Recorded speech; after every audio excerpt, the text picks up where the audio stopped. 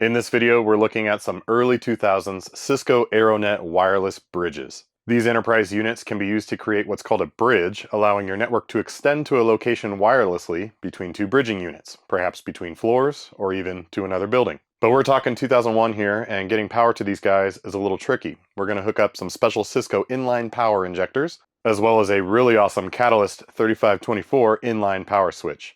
We'll also get that switch racked up in what I'm calling the retro rack, further extending its retro networking capabilities. We'll need that in future videos for IP phone use. We'll get a few different network configurations created, try our best with some Aironet PCMCIA cards to hopefully get some laptops online, and learn what these Cisco Aironet 350s are all about. Let's get into it.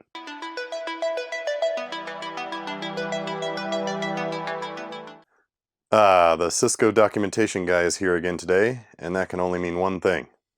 I'm messing around with some stuff I've never used before. I've got a pair of these Cisco Aironet 350 series wireless bridges from 2001 and a slightly older one over here. These can take a physical Ethernet network connection in, and in what you'd call maybe a simple bridging setup, transmit that network wirelessly over the antennas that would usually be plugged in right here, some distance. So in a typical bridge setup, you'd have your network over here, and you'd be able to wirelessly transmit it and get computers on the other side hooked up across a section that maybe you can't realistically run a wire, across a really large room, between floors, maybe even between buildings. There are two other modes you can put these things in, as a repeater and as a more traditional access point. In a repeater, you can see here one of the bridges is simply taking in the wireless network of one and passing it along to another, effectively extending the distance the network can travel wirelessly. And finally, as what might more commonly come to mind when you're thinking of wireless networks, these things can be access points, meaning computers can connect up to one directly, similar to a typical wireless router type setup you might be used to. We'll try to get some laptops working with one of these guys in access point mode later in the video. Speaking of wireless routers, here's one you might be a little more familiar with, and it's era appropriate in terms of the early 2000s, roughly, timeline we're looking at here. Cisco actually owned Linksys. They bought them in 2003 and was making these things in the mid-2000s. This is a consumer-grade wireless router, and a very iconic one at that, the WRT 54G. You could flash these with open source firmware, DD-WRT, and others, and actually unlock the ability to do all that sophisticated enterprise bridging stuff I was describing that these much more expensive commercial gear could do. I think this was like $700-800 when it came out. This couldn't have been more than, I'm making this up, 200? You know, low hundreds for sure, and eventually they were so commonplace you could pick them up at Goodwill for $5. I actually have a video going through all that where I flash one of these guys with DD-WRT. Okay, I'm about to teach you a famous maneuver among 54G enthusiasts. This is a 30-30-30 hard reset. Totally factory resets the machine and actually clears its NVRAM. This is incredibly critical when you're upgrading or changing firmwares, just like I would have done back in 2006.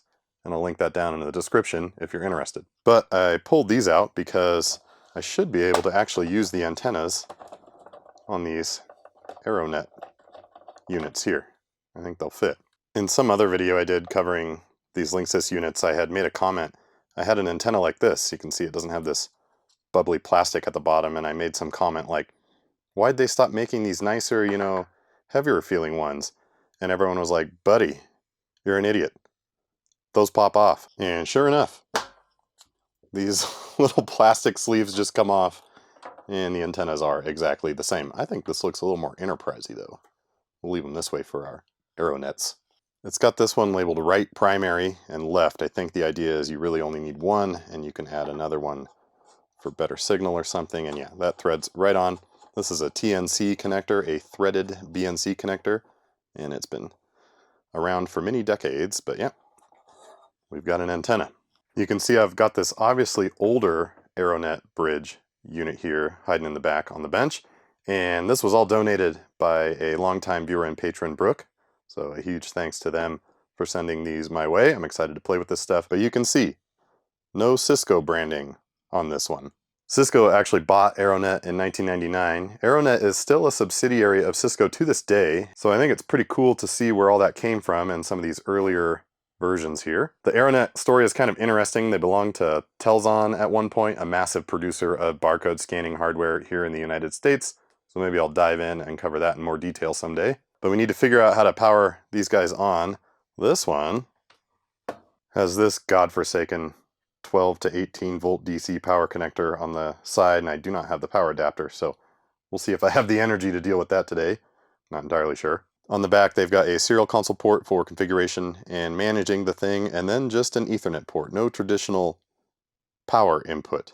But under the Ethernet port, you can see it says Inline Power Ethernet. These things are powered via their Ethernet connection, but these were before the days of what is now standardized and called Power over Ethernet, or PoE. PoE was standardized in 2003, shortly after these units came out in 2001. In Cisco marketing, they claim to be the inventor of PoE, but I don't think that's entirely true. They did have this inline power thing though, but primarily in the early days to power IP phones like this one. PoE today is super useful and one of the coolest networking technologies in my opinion. These ports here actually go back to a big UniFi PoE switch in my main server rack. So if we get a cable in one of these guys, and if we wanted to power something over this line as well as get the network over it, you can get something like this PoE splitter. In the case of this Raspberry Pi here, it doesn't natively support power over Ethernet on its jack, and we can get it hooked up there and plug ourselves in. And you can see the Raspberry Pi is booting up, powered entirely over this Ethernet cable, and also getting its data from there as well. So that's PoE. But this early Cisco inline power stuff is not standard. They were kind of off doing their own thing. So if we plug my modern PoE switch in, which supports many PoE standards, it's iterated over the years, a whole lot of nothing happens. No lights, the unit doesn't turn on. So you can get something called a PoE injector, and plug this into wall power there, and it'll inject power over the line.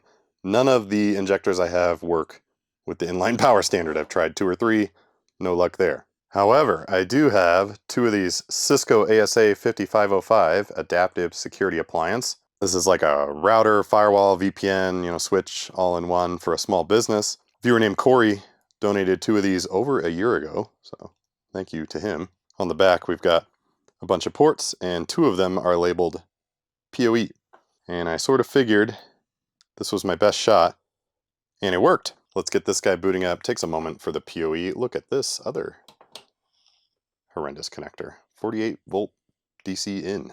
I can only imagine like certain weird stuff like this is just common in a data center, and so you might have easy access to this type of power. I don't know. Let me know.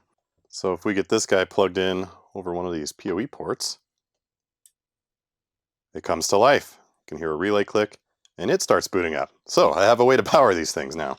This thing is pretty new relative to this. It's at least 10 years older, I think. Let's see if we can find a date code or something. Yeah, manufactured November of 2012, so quite a bit newer.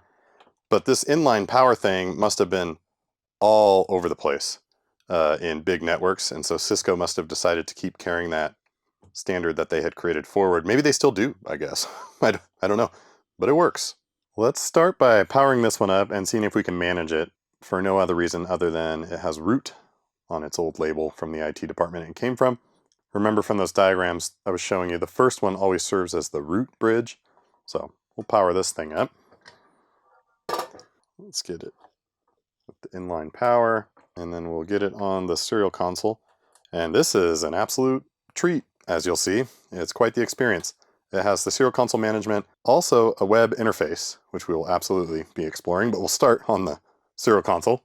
Pretty slow to boot up. You can see it slowly coming to life here. There it goes, finding its interfaces. It's configured with 192.168.1.100, which is different than what was on the label, so it's probably been wiped in some way, which is no surprise.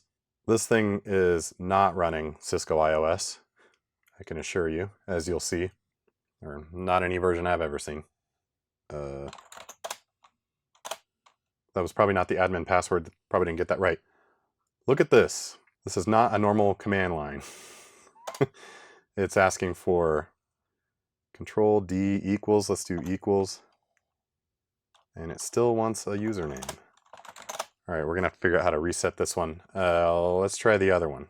All right, as I recall, I've only played with these just a little bit for, a couple minutes. I got a little further with this one. I don't think it had a password. Let that boot up. This one's coming up and it's complaining lost authentication with parent. So this one must not have been what's called a root. The root was talking to this one downstream, I guess. So here we are on its summary screen. And it was really throwing me a loop trying to interact with this thing. You know, I was trying to like get help with the question mark, and it says it doesn't like that. You need to do command question mark, and it also doesn't like that.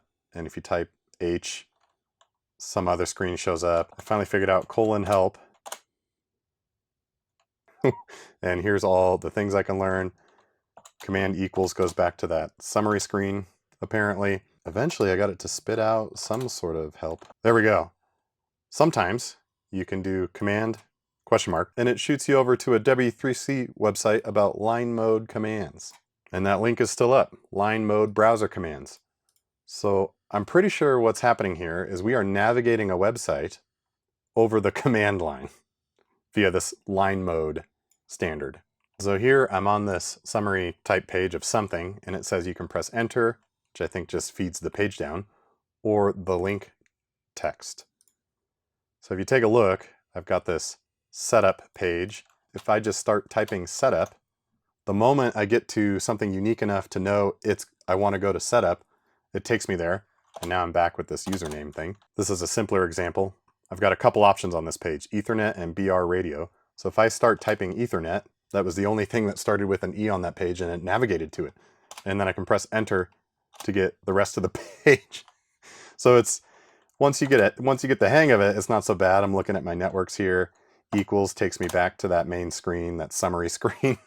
But it's just super bizarre when you're not expecting that. And let me show you why I think we're actually navigating a website. I probably didn't explain that line mode browsing very well. You kind of just got to see it to believe it. I've used them before, back when I thought I was a really cool Linux hotshot, didn't want to leave the command line while I was checking the internet or whatever. But I wasn't expecting it in this context, so it really threw me for a loop until I finally realized what it was. We're going to get this computer on the same network. I think this thing's just acting as a dumb switch at the moment, and we'll ping the management interface. Some of the joys of playing with older computers is they're just so much faster than newer crap. I got my legit copy here. Not a problem. And if we hit the bridge's IP address, here we are. And I'm pretty sure we were using a line mode browser to just browse this exact web page, this management interface, over the command line. I'm pretty sure that's what's going on here. Kind of clever. So if we poke around in here a little bit, we can kind of get some information about the network, the IP address. I think this will be like who's online or whatever.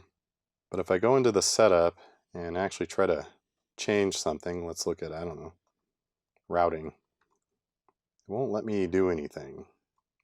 Got this login at the bottom. Nothing. I don't know if the bridge is locked down or what. I was reading the documentation, and it says for the first 2 minutes after you start this thing up, if you use the serial console, you should be able to factory reset it. So let's reboot this guy and try that now. Shows you what it's got in its flash memory. Enterprise APsys 12.05 is what we're booting into, and it's got one for that web interface as well, apparently. Kind of feels like it takes 2 minutes to boot. You don't have a lot of time to get in there and reset. We're going to issue a :reset all command, theoretically. Reset all. Ooh, yes. That's great news. Okay, it's restarting itself. I think we did it, at least for this one. Yep, looks like its defaults are 10.0.0.1 instead of that 192. It's trying to get an IP over DHCP. I doubt that my ASA over there is going to give it one. I was reading through the documentation, and it'll use this if it can't find a DHCP address, which is cool. My my router gave it one, so it's 192.168.1.6 now, I guess. That is fine for now. And we're in with some settings. I think I'm going to want to type this apply down here. So I'll say it's probably just the first A I type. Apply, it knows that. It actually auto-completed that, so that's cool. Apparently its default Wi-Fi name, the SSID, is Tsunami. That's pretty cool. Let's go to the web UI and see if we can do like an express setup type deal. I'm just trying to load it at its new IP, and like Internet Explorer really does not like it when it thinks it doesn't have internet. It's like, come on. You can like kind of trick it sometimes. There. So for some reason I decided it was going to load it that time. Let's see what setup treats us like. I'm going to try this express setup thing. Oh yeah. SSID is obviously going to be Collab Retro. Should we do like Collab Retro Net? Nah, Collab Retro. Let's set up a root access point and see if we can get this laptop wirelessly connected to the network. I think that's going to be fine. So we're going to unplug. This thing has a native wireless Wi-Fi adapter, but I've disabled it because let's try plugging one of those PCMCIA cards in. Just for fun, I want to get the whole Aironet experience. Detected something. No surprise. No drivers. All right, let's use the built-in one just to see if I'm on the right track here. Oh yeah, there it is. But can we connect? It knows that there's no security. That's fine. I think we're on. Let's do an IP config. Yeah, that router issued us .1.7. That's the router responding back to us. And I think this is the bridge. Well, it's an AP now. That was easy. So this one's working. Let's see if we can reset this one. Yeah, so here we have a problem. Right away, it asks for a username. I'm going to try the reset all. Oh, okay. It doesn't care. I was a little nervous that I wasn't going to be able to reset this one, but obviously, well, it says fatal. Hopefully that's fine. It's doing that same thing where it's going to try to grab an IP from the router. My bet is on 192.168.1.8. What do you think? Nailed it. All right, now we've got two fully reset ones. This is always a big moment of relief when you're dealing with this stuff to make sure you can factory reset it properly. It did the same thing. Started with this Tsunami SSID. Okay. All right, we just got this one reset. We factory reset this one already and set it up as an access point, but that's not very exciting. I think most people are familiar with the whole access point idea when it comes to Wi-Fi. It's going to be more interesting to get these two bridging. This one connecting to this one with a network over on that side, all over the wireless bridge link. The problem is, this is the only way I have to power these things. I have another one, but unfortunately I don't have the power adapter. I could jam the bench power supply in there and do all that, but I don't want to deal with that. There are two inline power ports on this thing, but it'd be kind of weird to power both bridges that I want to interact wirelessly over the same physical router. You know what I mean? I could play some games in here. This is a pretty sophisticated unit in terms of how you could configure it. So I could like fake the whole thing, but that wouldn't be very fun. So I just ordered a bunch of new gear that we're going to need for this, and we will wait for that to arrive in the mail. And through the power of cinema, it's been several days. The stuff's here. Let's start with that small box. A bunch of Aironet branded real deal inline power injectors and another Aironet because that was in the lot and it was a good deal. Came in two different styles. This one, you plug an AC barrel jack in there and then it'll inject over your line there. Kind of cool looking. And then this style with the cable coming off and you can get the, what is that, IEC connector, and it'll inject on one side and out on the other. So I've got two of these and one of these. Then this is pretty interesting. The ones I've got from Brook are obviously like more industrial, full metal case. They're meant to be mounted to a wall. I wouldn't say they're weatherproof at all, but this one is clearly meant to be sitting on top of a desk or something. I think they're the same unit internally. Kind of cool. And if you thought that was exciting, wait till you see what's in this big box. It is a Catalyst 3500 Series XL inline power router. It's a 3524, meaning it's got the 24 ports, but this one can deliver inline power, as you can see right there. It's era appropriate. I think it's from 2001. In fact, it's in the Aironet manuals as something they suggest you could use for getting your inline power. Looks like the seller threw in a couple bonus GBICs. These are called GBIC ports, and it looks like we've got some 1000 base XX fiber converters there. That's always nice. I've been eyeing one of these inline power units for a long time, and I finally pulled the trigger. This is the perfect excuse, and it'll also set us up to be able to mess with these Cisco phones in the future. The deal is, I've got a 3524 in what I'm calling the retro rack in the other room as the main switch. We're going to pull that out today, and we'll replace it with this 24-port inline power model, which means we can have this set up as the root bridge in the rack in another room, and we'll bridge over to this one because we can power it with one of these inline power injectors or I suppose we could use this, but really I think what we want on the other side is, rather than a full-blown router, we're going to have power injection and a switch on this side. So before I go get all that racked up and everything, let's make sure everything works in here locally. We'll get a bridge working, and then we'll shift it to the other room, get it set up in the retro rack, add that to the retro rack's networking diagram and its branch office information and all that. I think it's going to be pretty cool. So I got two different style injectors in the lot, and I think this is the cooler looking one, but it wants a 48 volt DC barrel jack input, which I don't have. I'd have to hook up the bench power supply and stuff. Kind of defeats the purpose. So we'll use this one. But an interesting feature of these, you see there's like this rail system here that something could slide into. I think you can stack these because there's like a lip right here. So you can slide these together into a stack to kind of control the wires and make things tidy. That's pretty cool. So let's test this injector out and make sure it works. I see a light just came on. That's good news. It says to the AP or bridge on this side. So to network, so data in, data and power flowing out on this end, I believe. And hopefully we get some action when we plug this in here. Yeah, right away. Okay, we are in business. I know I've been jumping around here. I apologize. Our plan is we have this set up. This is an AP at the moment. We're going to reconfigure this as a root bridge, and then we'll go over here and configure this as a child or downstream bridge or whatever the right terminology is. Remember, this is totally factory reset. So the first thing we're going to do is get back in here, and against my better judgment, I'm going to try to accomplish this over that command line interface. To confuse matters even further, I have been talking about these wrong. I had them in the wrong situation. This is our AP, and this is our factory reset guy. That's no problem. We're on the console of the bridge we're going to set up as the root bridge, and my thinking is that I can go to setup, S, okay, and then right at the top you see that express setup, just like it had it on the website. So I'm going to do that. I'm in. This thing is not too bad once you get used to it.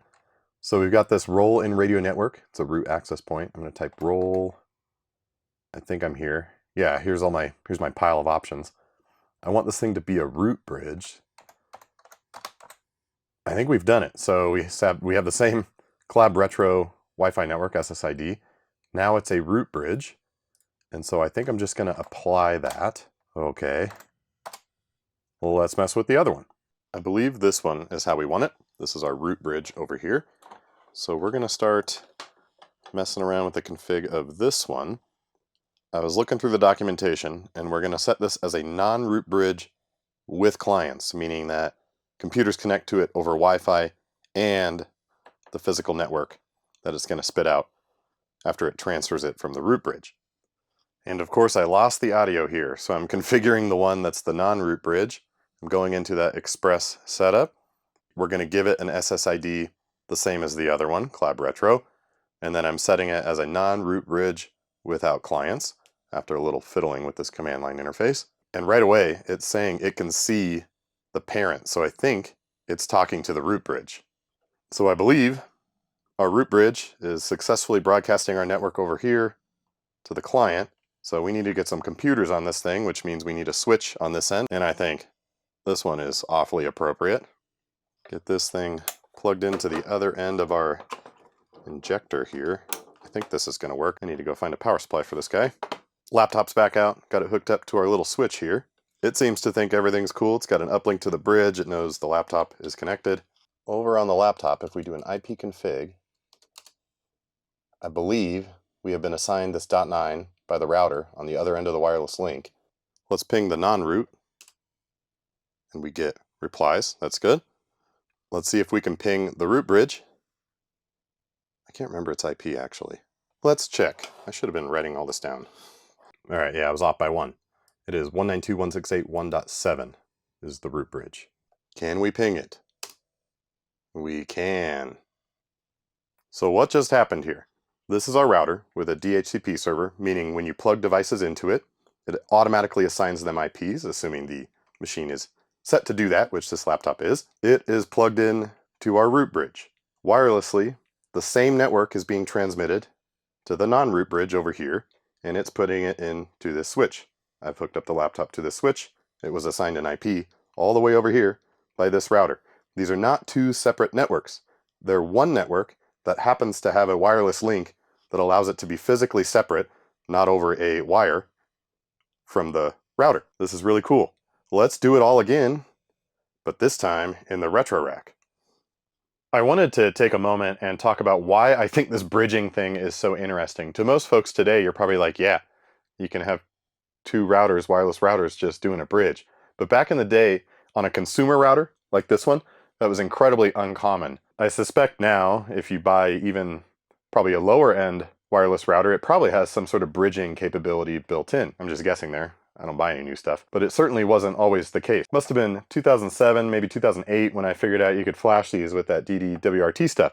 So I was messing around with that. One year, me and 3 buddies moved into the basement of a big house. The house had been subdivided into a basement, middle floor, upstairs. We got all moved in and we were going to order some internet. We were looking around, we saw there was a really strong signal from a wireless network. And we thought, well, maybe we'll ask the guys upstairs if we can give them 20 bucks a month and they'll give us the password. And they were like, yeah, sure, whatever. My buddies had laptops. I had a laptop for school, but I also had like a gaming rig back when I was gaming. And this was sort of before the days where you would just get like a PCI card with Wi-Fi. They had them, but I recall them being fiddly. I didn't have the money for them anyway, and I already had a couple of these Linksys units that I'd flashed. And so basically I was able to just bridge the wireless network from the guys upstairs down to here, and then I had, you know, a local network where I could plug in my workstation and everything and anything else, a TV, not a TV back then, probably an Xbox 360 or something like that. That's why I think bridging is so fascinating, because I was doing it kind of before it was pretty common in the consumer space. I don't know if it's common now, but it certainly wasn't back then. Okay, that's enough of me rambling. We won't be needing this guy anymore. Be sure to thank him for his service. If you want me to do a video on these, I'd be kind of interested. They seem very capable. We could maybe cook up something fun to experiment with this and have an excuse to configure it and see what it's all about. We won't be needing that because over in the retro rack, this massive unit is the router for the whole retro network I'm cooking up here. And it does DHCP and everything, and it's on a 10.0 network. So I'm going to get all this stuff out of the way, and we'll take a look at this inline power catalyst. I'm really excited to see what this thing can do. First, let's power this Catalyst 3524 Inline Power Edition up. I'm really excited about this. Built August 12th, 2001, which is really hard for me to believe. That was 24 years ago, because this is still a very capable piece of equipment. I bet all of us, some of us, would be shocked to know how many of these are still in service. I bet these are just baking away in networking closets across the world. On the back, we've got the power input, so we'll get that going. And it's got the console input down here, so we'll use our Cisco style cable, which will get us on the remote console. The plan here is we're going to power this up, you know, make sure it works. I'll probably plug one of the Aironets into it just to make sure it's delivering power and all that. Might need to factory reset it. Let's find out. My guess is that because it can deliver power, it's going to have some pretty serious fans going on.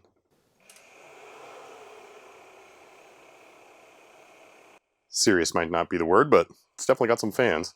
It's doing its power on checks, and those fans are tired. Let me tell you, who knows how many hours this thing has on it.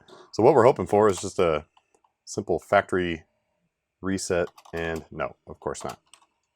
It used to be called 6FL3524, and I highly doubt I'm going to guess this password. So let me refresh my memory on the password reset, and I'll take you along for that journey. We're going to power it off, and it's got this mode button on the front. I haven't done this in a while. I had to refresh my memory. So you hold mode, supposedly, and you power it up, and you hold this for a few seconds, basically. And it's going to interrupt the boot process, and we should be able to issue some commands to totally factory reset this thing. I think we're probably good now. Over on the console, this is exactly what we wanted to see. It says the system has been interrupted prior to initializing, and we're going to do a flash init. This is going to initialize its flash memory so we can see the files that are on there, the config files that have the password and everything. Then we're going to do load helper.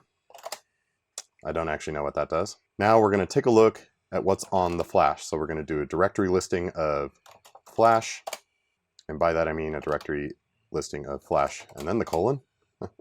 And right there we can see the VLAN configuration and the actual configuration. We're going to delete the config and say yes, and then we're going to delete the VLAN data. Probably don't really need to do this, but won't hurt. And now we're going to let the thing boot. And there it goes. It's loading up its iOS image. iOS is the operating system that these Cisco machines run on them. And we should be in a fresh factory reset situation. Yeah, that's what you want to see. The system configuration dialog, it's asking to set up some defaults. Always say no. And we're in, and we can now get into privileged mode to configure the switch. We're going to write this out. Let's give it a host name so I can keep track of it. Let's call this the Power Switch 1, in case I ever get more of them. Let's see if this thing will deliver inline power. It's my understanding that by default, it should just be doing that.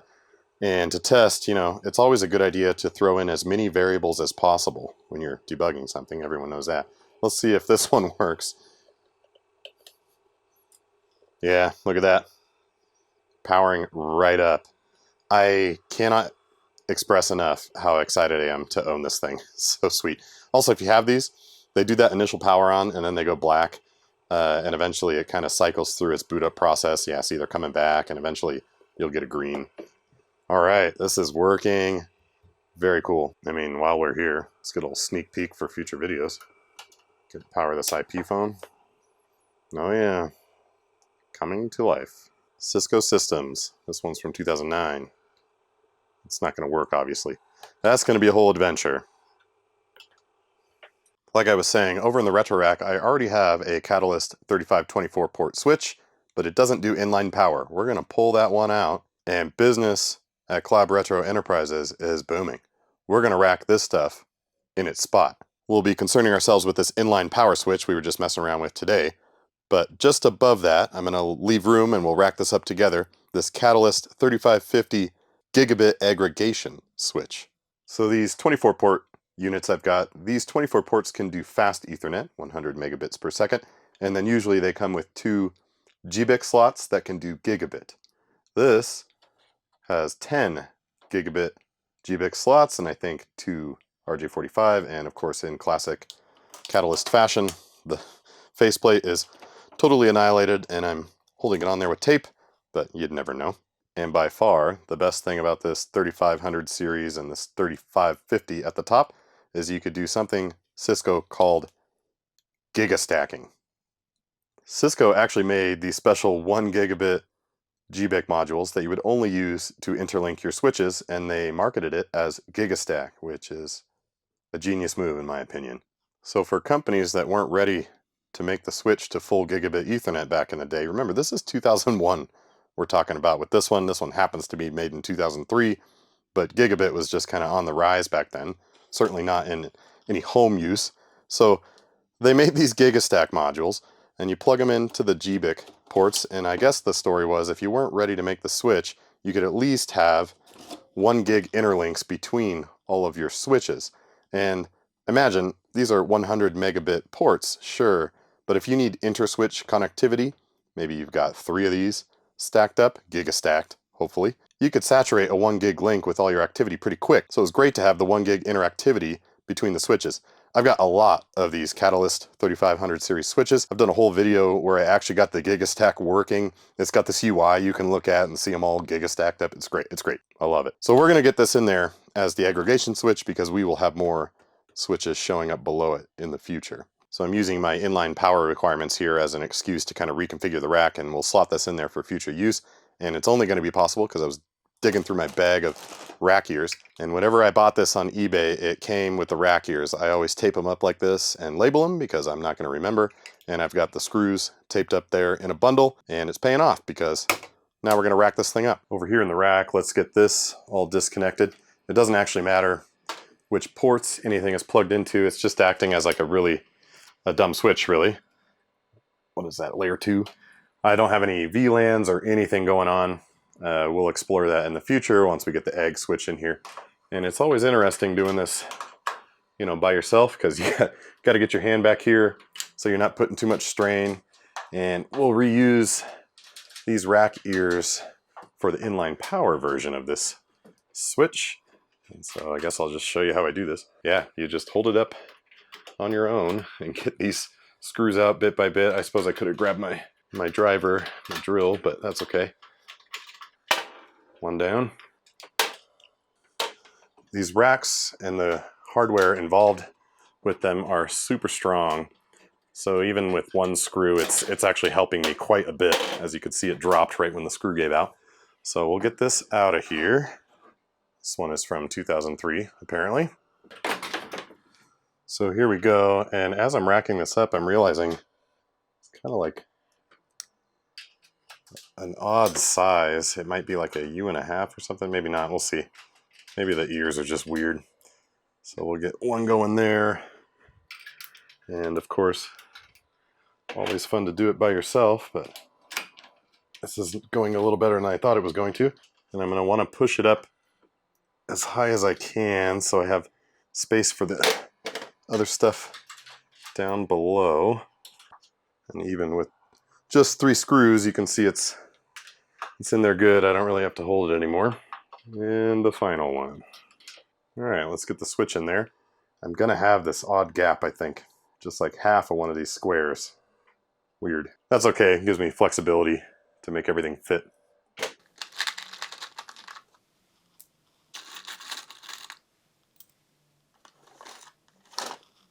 Let's get the switch in here. It is quite a bit lighter than that aggregation switch, so that's nice. Though I'm still not getting my bolt in. Here we go. That's one getting close, and you can see I have this odd gap until I either get something else that's an odd size to even it out, or I could probably bring this down a little bit. I'm not sure. And there we go. Quite impressive looking, I must say. So let's get all our stuff hooked back up here, and we will power everything on. The lights are flickering. Should see this one come. Oh, I need to plug this in. There we go. It's on now. We'll leave this for today. This will be the aggregation switch for the whole rack eventually. So don't forget to subscribe if you want to see the retro rack get giga-stacked. Everything's coming online here. This is a terminal server, which means I will be able to connect one end of an Octopus cable into the console port of this, and we'll be able to take a look and manage it. But I think everything should just function as it did before, because these switches aren't doing anything special other than this one can deliver inline power now. That terminal server I was talking about, which lets me interact with the serial console of equipment in the rack over my network from a different computer, obviously, has one of these cables coming off the back, so I can control 8 items. I cannot for the life of me stop calling this a squid cable in other videos. It's obviously an octopus cable, you know, hence the 8 legs. But yeah, that thing has one of these coming off, and then I can plug in to all the console ports. So here I am at a terminal of a computer that has access to that network. It is plugged in to the switch we just racked up. And what I'm going to do is actually telnet into the IP of that terminal server I was showing you. It's at 10.0.0.2. And on port 2003, the 3rd cable of the Octopus cable is plugged in to our new inline power switch. So if we get in here, here we are. Remember, I called that thing power switch 1, and it's up and everything is fine. I think it's time to set up a retro rack wireless bridge on some Aironet 350 gear. Labeled my bridges so I don't lose track. This is our root. That's going to go in the rack I was just showing you, and the non-root's going to stay in here. We're going to form a bridge, and we're a pretty serious outfit. I think we're going to need another antenna on this guy. And before you get all excited about me not setting up any security or anything like this, you know, it's just an open Wi-Fi network. It's 2001 down here. We don't need that. I was also thinking about where I'm going to put this, and I was looking at these cage bolts. That's what the bolt is called that you put stuff in the rack, and they thread into something called a cage nut. You saw me doing a bunch of that. And the bolt will fit through there, so I wonder if I can just slap that on the rack somewhere where there's room. Let's see, maybe on the back. This is what I came up with on the back of the rack. It's not perfect, but it's nice and out of the way, which is good. So let's see if we plug this in. Should see a light come on right here, I'm hoping. There it goes. So that thing is powering up. And I think what's going to happen, remember, it'll just take whatever the DHCP server gives it. which in our case now is this big old 7206 VXR, and it's going to assign it an IP on this network. Now this isn't ideal. This isn't normally how you would configure things. I think you'd give it a static IP, and I'll probably go do that later. But I'm pretty sure plugging it in, letting it boot up, it's going to get an IP. It already knows about the Collab Retro SSID it should be using. And we can go in the other room, power the other one up, and they should just start working on the Retro Rack network, which is a 10.0 network. Back in here, I've got the non-root bridge all powered up, and it claims that its association status is green, meaning I think it can talk to the one I showed you mounted to the rack. I didn't check that one at all in terms of its configuration or anything. Let's take a quick peek on the serial console, because it's really easy in here, and see if this thing has the IPs I expect it to, and then we'll hook some computers up. It's up and it associated with the root, the parent, but its IPs are all wrong. It's still on that 192.168.1.8, and that's not what we want, and it's... Oh, never mind. So it's complaining it didn't get a DHCP from the VXR, that massive unit, which is the main router of the Retro Rack. And as I'm talking to you here, it just got a new 10.0.0.103 IP address. So, yeah, look at it. It's like configuring itself in front of us. Okay. I think we're going to be okay. And just for good measure, we're going to telnet into the VXR router. It's on port 2002. This is the beauty of the terminal server. I can be in here and I can access all the physical console ports. If I had a more sophisticated setup, more realistic setup, I could be halfway across the country, of course. Its name is HQ Router. And on this particular unit, we're going to do a show IP DHCP binding. Yeah, and this is looking good. This is some other computer I've got on the network. And then I suspect this one is the first root bridge I plugged in. And this one is the one that's on the bench next to me, the non-root. And for some reason my router thinks it's 2022. Got our laptop and our switch hooked up again. I really like this laptop. It's an IBM ThinkPad T60, one of the last IBM branded ThinkPads right before Lenovo took over. Buddy Andy donated this to the channel along with some very impressive Sunfire V440s. Andy, I know, I owe you some beers soon. Let's get in here, and the question is, will it be assigned an IP from the Retro Rack over the Wi-Fi network? Also, I know I can solve that Windows isn't genuine issue. It's funny. Cracks me up every time I see it. This is probably a good sign. This is a work network. Oh yeah. We'll of course do an IP config, and look at that. 10.0.0.104. We are on the Retro Rack network. It will probably not surprise anyone if we can ping the HQ router, and we can. That's that big VXR router in the other room. All traveling over our wireless bridge. This is something I learned today, or maybe I had forgotten. Did you know you can't Alt F4 to close a command prompt? You know, you pull up anything else, Alt F4, see you later. I don't think I knew that. Got this Windows XP laptop pulled out, and you can see it already detected wireless networks. It's got Wi-Fi built in. But let's see if Windows XP knows about these Cisco Aironet PCMCIA cards. I really don't want to hunt down some drivers. That's like the literal worst. Yeah, that doesn't look good. Okay, I'm going to do it. I'm going to go find some drivers for this. These things are, of course, the Air CB21AG-A-K9. So let's see what we can dig up on the internet. Perhaps the Internet Archive has saved us once again. I think these are the right drivers. If they work, I will link down in the description. Here's one of the best things about having a fully developed home lab, I guess we'll say. I've got a couple servers over there in the more modern rack, we'll call it, even though I think those things are over 10 years old now. So I'm on the Internet Archive. I can just copy the link to the torrent I want. Over here, I'm running a torrent client called Transmission that I've been using for, geez, I don't know, it must be pushing 20 years. All I do is click add over here, literally paste in that link, and bam, it's downloading. It's almost done. Don't worry about that one. Got the drivers on this thing, an EXE. Theoretically, that's going to work. On the Geek Squad 2 GB USB flash drive. My wife used to work at Best Buy, I don't know, in like 2008 or something. And somehow through 3 states and a million moves, we still have this thing. And I'll tell you what, old computers love this thing. It just works. So here we go. Not really holding my breath here. Yeah, that's fine. It's asking me if I want to reboot at the end, or it's warning me at any rate. Well, let's go. It said insert the adapter now. It is still in. Let's see if it works. It's installing the supplicant. The computer has froze. Can't move the mouse anymore. Earlier in my career, right out of college, I worked on desktop apps, and I had a brief stint in Windows installers. It's a miracle that anything ever gets installed. That's all I'm gonna say. Yeah, I gave this thing about 15 minutes, and I think we need to do a hard reboot. In my experience, generally speaking, Windows XP doesn't have this issue. I wonder if we can do a... she's jammed up.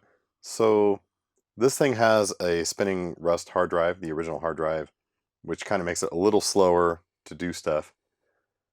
But yeah, we're in bad shape here. The fans are just revving. Okay. This poor old girl. Please do not be entirely messed up. Also, pretty rare for Windows XP, to Microsoft's credit. If you're dealing with like Windows 98, Windows 95 drivers, your whole system could just get hosed. And we're frozen. Come on, baby. Yeah, it's frozen on the Windows XP boot screen. The status light occasionally blinks on this thing. I think what I'm going to do is power it off, and I'll pull this card out and see if we can at least get my Windows install back. Yeah, it knows something's wrong. So I pull the card out, got it right here, and it's asking me if I want to go to my last known good configuration. Let's try that. The joys of the early 2000s. We are back, and I think it did install something. So let's put the card in just to see.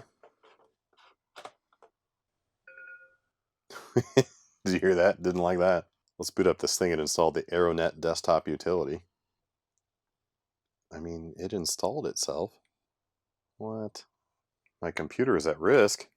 Yeah, because I'm on an unsecured Wi-Fi network, you dummy. Definitely doesn't see the PCMCIA Aironet card. But let's just connect with the built-in Wi-Fi. And it's saying definitely not encrypted. That's fine. Acquiring network address. And we're on. Good old IP config. And we've got 10.00.105.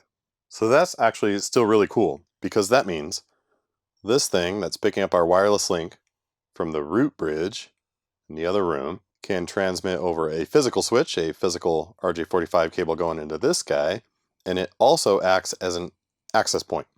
This one's connected wirelessly, not through our Aironet cards, but I just need to find the right drivers or try it again or whatever. I'm not too worried about that. Okay, critical activity. I'm going to add to my Collab Retro Enterprises diagram what we just built out with those bridges and the new switch and everything. There it is. This is technically everything that's going on in the retro rack whenever I have everything plugged in, which isn't always the case. None of this stuff's on right now.